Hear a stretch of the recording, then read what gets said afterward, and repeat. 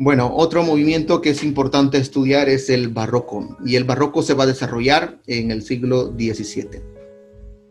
El barroco va a ser un movimiento artístico que va a tener una cualidad muy importante, y es que el barroco va a utilizar la exageración. De hecho, la etimología de esta palabra indica que el barroco tiene que ver con una exageración, ¿verdad? Y va a emplear mucho el contraste. Por eso, algunas características del barroco es que utilizaba mucho la opulencia y la brillantez, ¿verdad? Se puede esto visualizar a través de las construcciones, a través de los diseños arquitectónicos que se utilizaban en la época.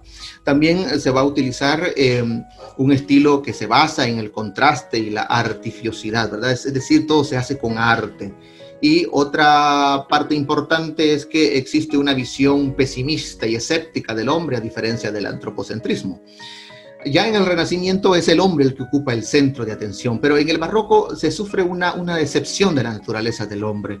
Por eso en el barroco se vuelve más escéptico, no cree, ¿verdad?, en ese egocentrismo.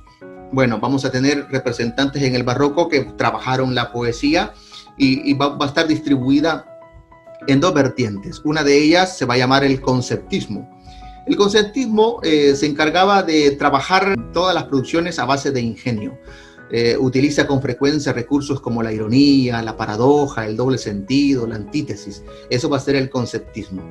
Va a ser representado por Francisco de Quevedo, quien escribe los poemas amorosos, los poemas morales y filosóficos, va a escribir también los poemas satíricos y burlescos.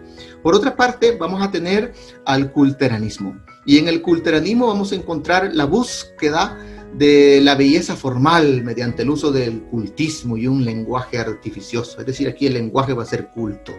En el conceptismo se van a manejar los conceptos, pero en el culteranismo el lenguaje va a ser más culto. Vamos a tener a Luis de Góngora como el principal representante de este periodo del conceptismo. Vamos a tener también las producciones de él como los poemas populares y los poemas cultos. Entonces aquí tenemos las dos grandes vertientes, el conceptismo y el culteranismo.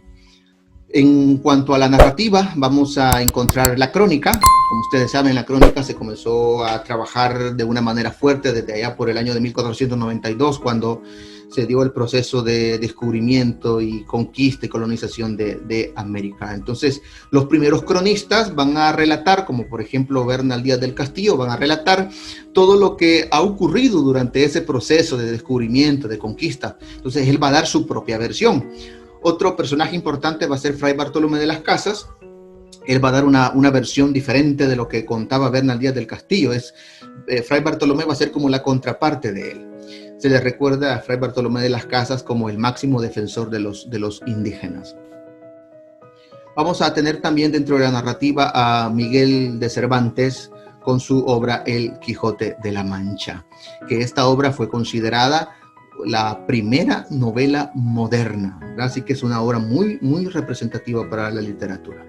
Ahora, en cuanto al teatro, vamos a entender que el teatro abordó ciertas temáticas, y dentro de las temáticas que abordó el teatro del barroco están que era de carácter social, de carácter religioso, de carácter político.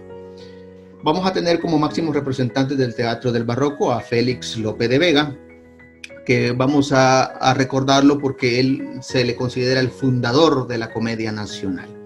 Por otra parte, tenemos a Pedro Calderón de la Barca, de quien ustedes ya han leído una obra de él cuyo nombre es La vida es sueño. Ahí está representada por Pedro Calderón de la Barca. Y tenemos también a Tirso de Molina como uno de los representantes del teatro del barroco. El manierismo se va a desarrollar desde 1520 hasta 1620, así sería la fecha correcta, 1520 a 1620, pero son 100 años.